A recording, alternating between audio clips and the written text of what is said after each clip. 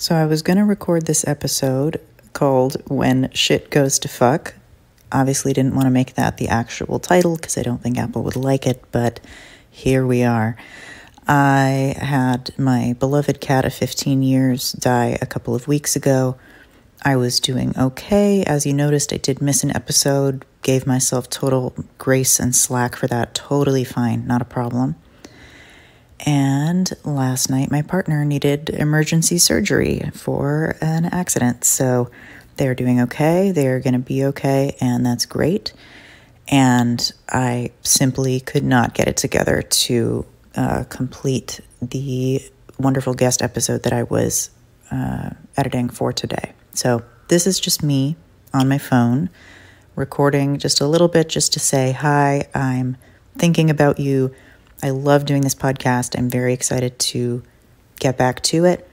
And also, the people in my life who are around me who know that, for example, last night I was waiting up until 1 a.m. for the call back from my partner being in surgery at home without my cat, who has been my emotional support for 15 years. And in people asking me what I need during this time, I am so accustomed to going into helping mode. And if you came out of, a traumatic childhood of any kind, a lot of times this is what's socialized, is just being good in a crisis and being able to kind of go into that mode. But I realized that really what I needed was just to give myself this space to not have pressure on myself to do anything that feels like work. Obviously, this technically is just in that, I put a lot of effort into it, especially when I do real audio editing, which I'm not. This will be a good little practice thing to just do this on my phone with no editing and put it out there.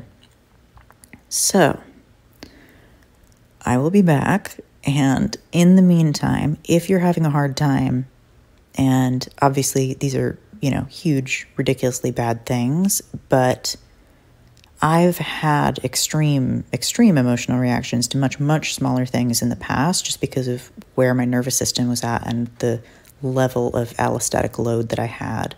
So I'm incredibly grateful that my body is in a pretty good place and that even running on fumes right now, I'm able to kind of do this and get it over to you just for today.